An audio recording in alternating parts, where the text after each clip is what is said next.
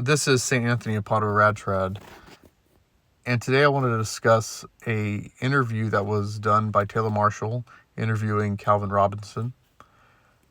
In the interview, there's a section of the interview where they discuss the Latin Mass and the liturgy, and Taylor Marshall happened to ask Mr. Robinson what he offers, what kind of liturgy, he said, what missal is on his altar? He said the ordinariate, and that's what he offers. And that I think he said that's all he's offered, but that he's learning the Latin Mass, and that at the next church he's going to, that's what he'll be offering. That he'll be offering the Latin Mass. Now, I don't remember Taylor Marshall offering any pushback on that, or I don't know if he expressed his opinion on that. But to me, I found that bothersome, and for several reasons. One is the main reason is that the Latin Mass is holy. It's a Mass of the Catholic Church.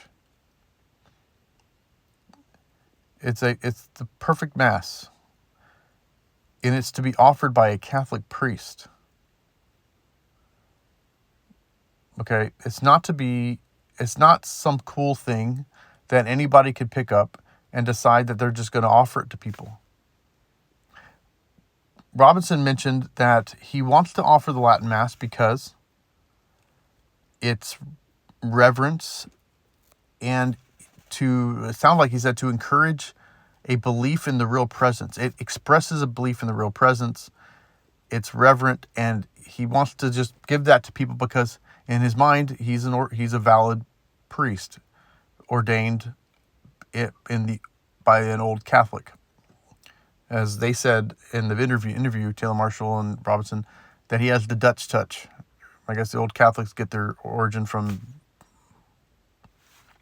the Netherlands, I suspect. So in his mind, he's a valid priest, so he offers valid sacraments.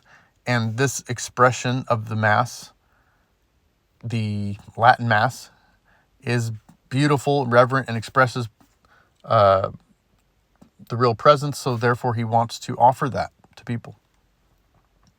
And that's what he wants to do. If anything, we should be telling him, hey, don't use our missal. Don't perform this Mass. It's sacrilegious.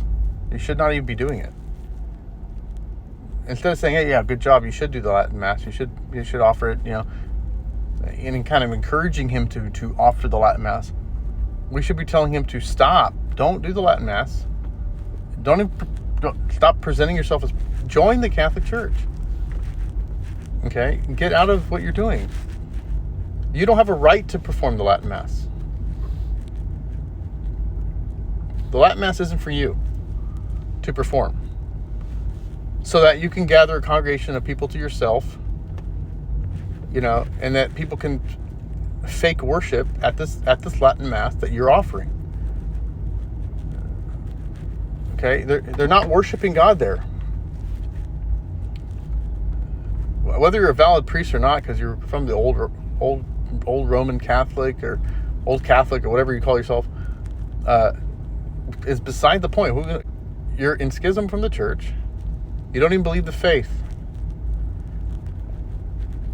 And so what people are getting, I see it in comments, especially I'm assuming from Nova Soto Catholics, that they go, oh, this man is leading people to Jesus Christ. He seems like a great holy priest, and he's leading people to Jesus Christ. If he's not leading them to the Catholic Church, he's not leading them to Jesus Christ. Okay? He's not. He's leading them to himself. He's gathering people to himself, but he's not leading them to Jesus Christ. If he is not bringing them to the true faith and the Catholic faith and the Catholic Church, he's not. He's leading them to himself.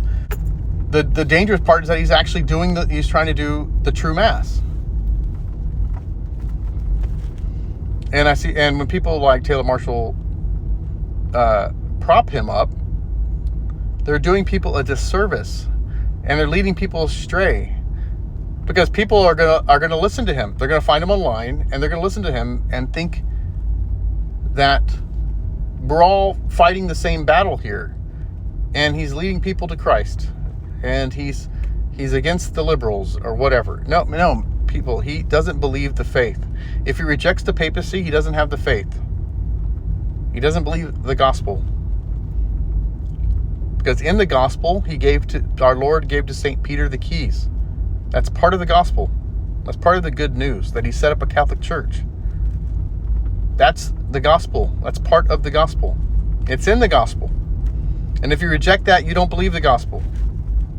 The Latin Mass is great, but the Latin Mass without the faith is not. Okay? Or the Latin Mass offered by a layman is terrible.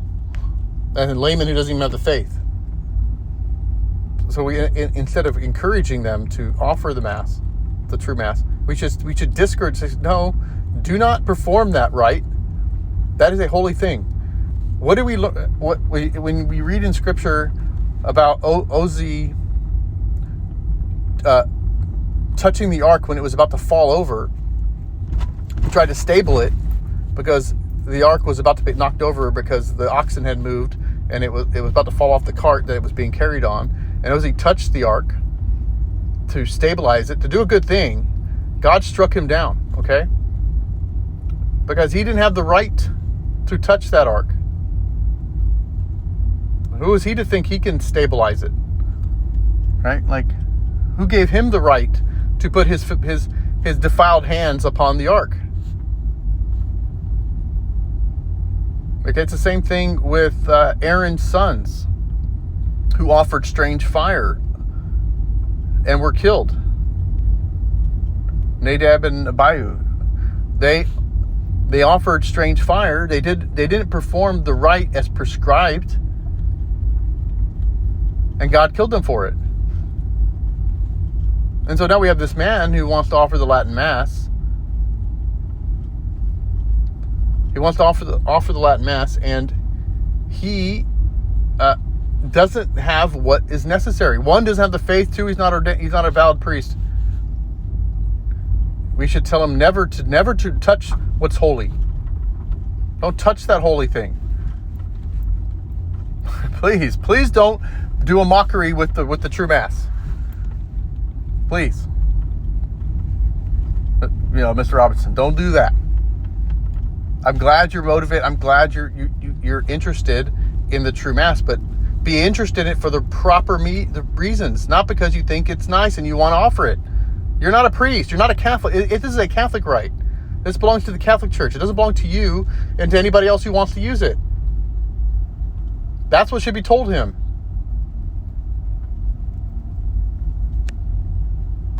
Ave Maria.